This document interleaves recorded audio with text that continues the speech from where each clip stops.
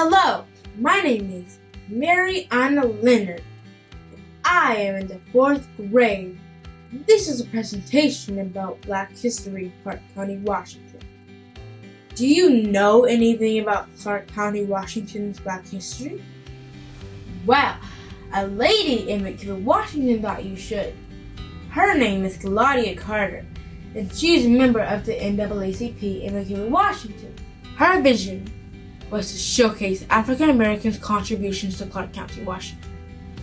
For many years, she collected stories, scrapbooks, and pictures to tell the history of Black Americans in Clark County.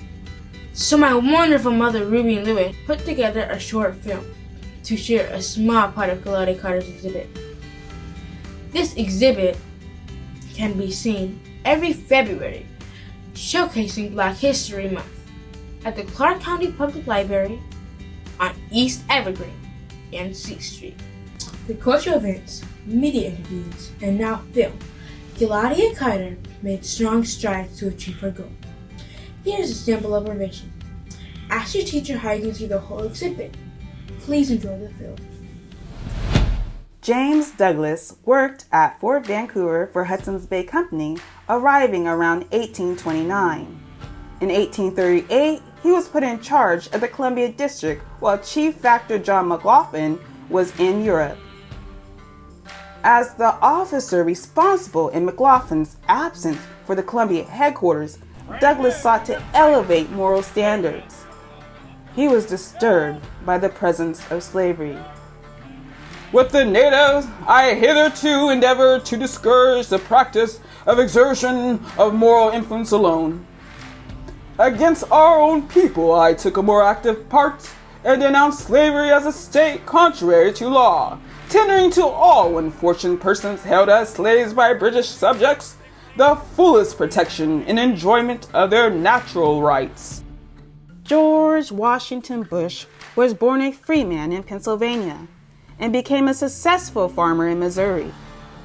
In the late 1830s and early 1840s, reports from the first U.S. residents to cross the continent and settle into fertile Oregon territory were beginning to inspire others to follow the Oregon Trail west. Bush saw westward migration as a way to escape the increasing prejudice he and his sons faced in Missouri. Bush arrived at Fort Vancouver as an American settler in 1844 with his wife and 6 sons. All Black people were ordered to leave the Oregon Territory. Those who refused to leave could be severely whipped.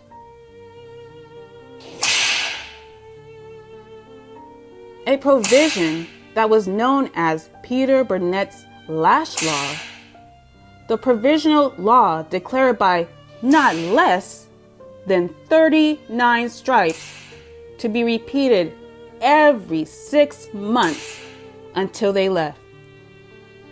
These discriminatory laws against African American settlement in Oregon forced Bush and his family to settle north of the Columbia River in present-day Washington state, not far from Hudson's Bay Company's Fort Vancouver in the present-day Clark County. In 1848, the Lash Law was repealed, but a new law was enacted by the territorial legislature on September 21, 1849, making it illegal for any Negro or mulatto to enter or reside in Oregon Territory.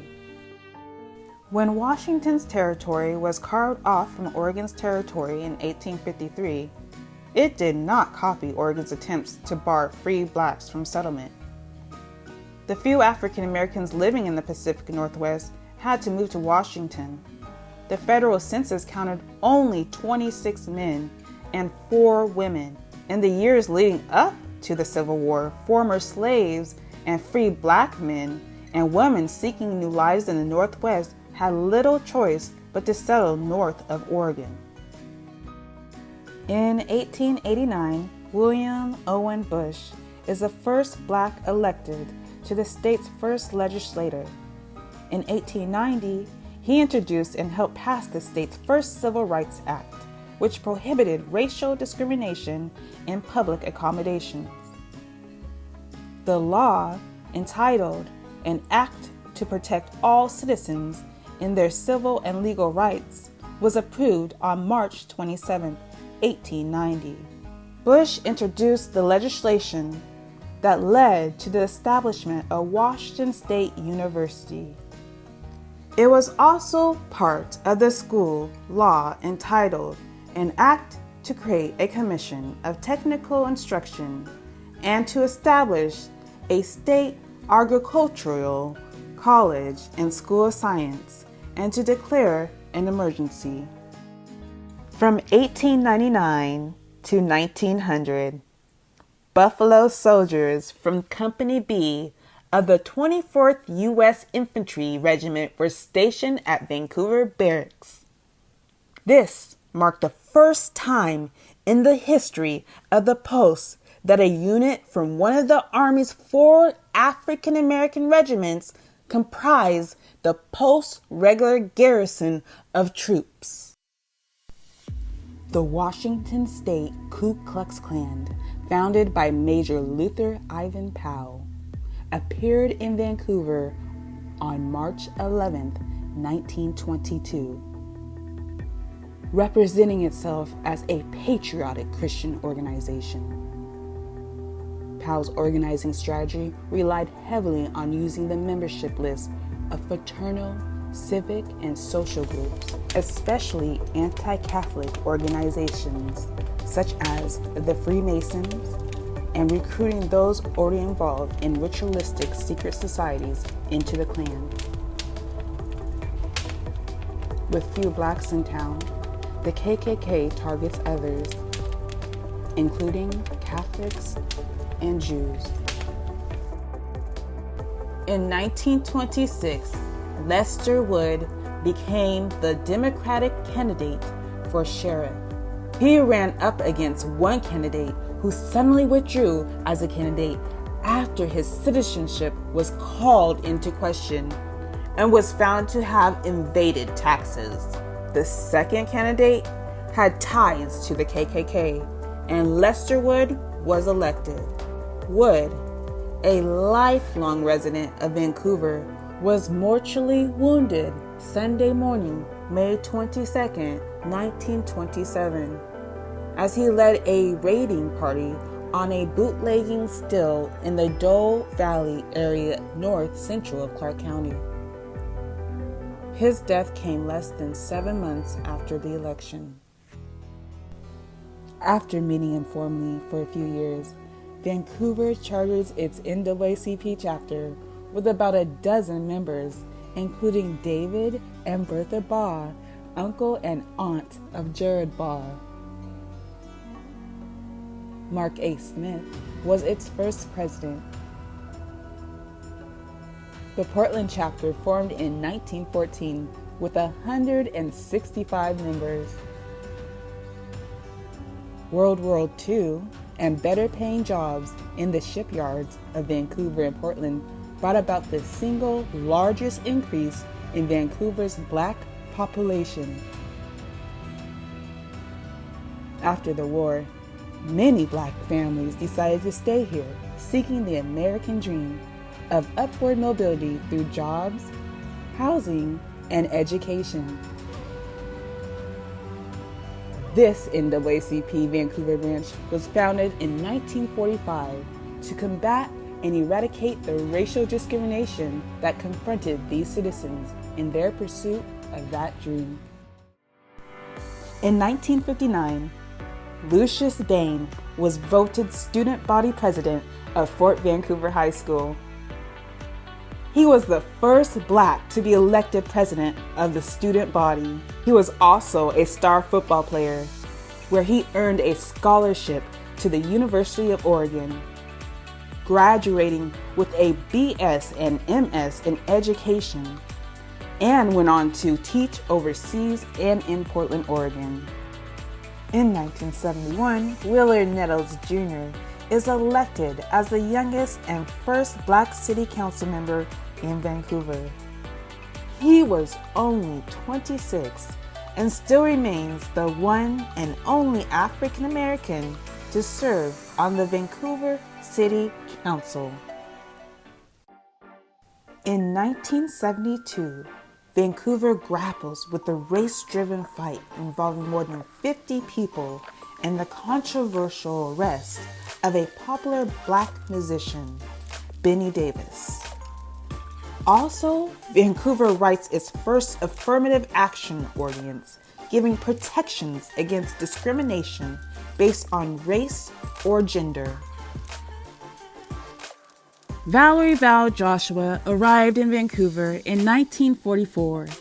She spent a lifetime service dedicated to the enrichment of the Clark County community. She was a founding member of the NAACP Vancouver Branch 1139 and went on to serve 29 years as the branch's president.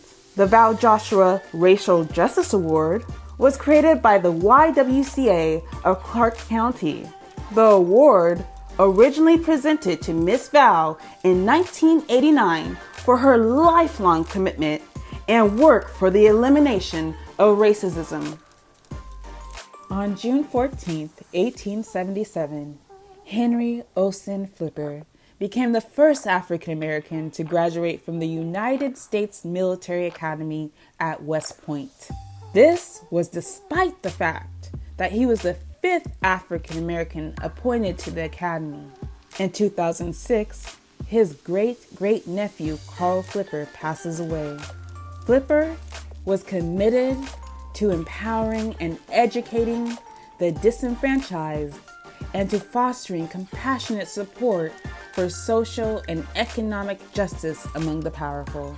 Over the 14 years he lived in the Portland metro area, he held leadership positions in a number of civic organizations, including the South African American Business Club and the Economic Development Committee for the Interstate Corridor Urban Renewal Area. Mr. Flipper was a student and proponent of both African American and Native American history and culture, taking an active role in the Buffalo Soldiers, the National Black MBA Association, the Portland branch of the NAACP, and many other organizations. At the time of his death, he was the director of the Auxiliary Services of Clark College in Vancouver. In 2011, Dina Perot founded the iUrban Teen Program, a program that exposes non-traditional STEM learners to career opportunities while encouraging high school graduation and extended learning and gives Blacks a leg up. She was moved to create the program when she served in a governor-appointed role on the Commission on the African Affairs in Washington State and observed the increasing high school dropout rate. In addition, for the past 9 years, Perot has been the chief organizer of the annual Dr. Martin Luther King Jr. Breakfast in Vancouver. For 13 months beginning in 1899, a company of 103 soldiers from the U.S. Army's 24th Infantry, one of 4 African American regiments known as Buffalo Soldiers, garrisoned at the Vancouver Barracks. While in the Northwest, the soldiers participated in military, political, and social activities and raised local awareness of the national policies and practices that beleaguered African Americans. In 1989, Willie Morehouse co-founded the Moses Williams Northwest chapter of the Buffalo Soldiers 9th and 10th Horse Cavalry Association. In 2019, the first memorial honoring African Americans in the city of Vancouver is dedicated. It includes a bench honoring Mr. Morehouse, who also was a local African American Army veteran. The Port of Vancouver is very interesting, okay, because that has just a massive history, but African Americans were a part of that history, and it needs to be known. So this is a lot of interesting stories that we don't know because it's not told, okay? And if it's not told, then it would never be told, okay? And we have generations that are passing, and so we need to get these stories out and down so that future generation would know what's happening.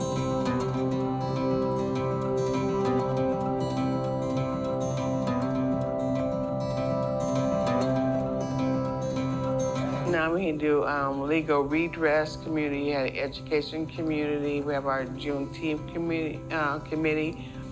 So we have that celebration. Like I said, we have the Black History Month celebration exhibit. And and that's what we do. To find out about the history of some of the prominent African Americans in Vancouver, I suggest that you go to the library and look at the timeline. It's going to be up to the end of February. History and the knowledge of history and the people who create the history by living, just living their life, and it becomes history.